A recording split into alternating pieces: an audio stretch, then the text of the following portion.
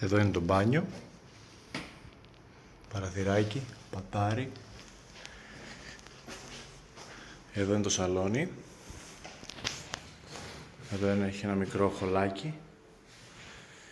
Το σαλόνι βγαίνει σε αυτό το μπαλκονάκι που έχει θέα.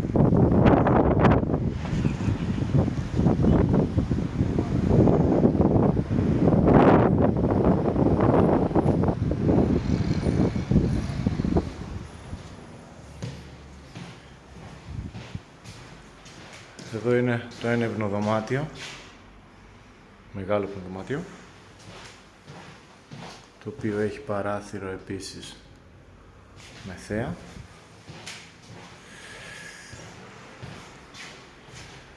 Εδώ είναι η κρεβατοκάμαρα, το δεύτερο υπνοδωμάτιο,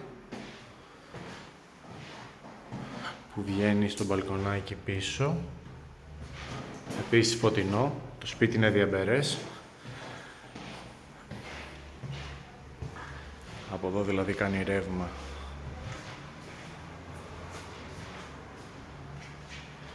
Μηδενικές υγρασίες.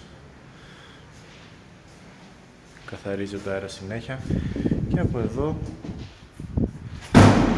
μπαίνουμε στην κουζίνα.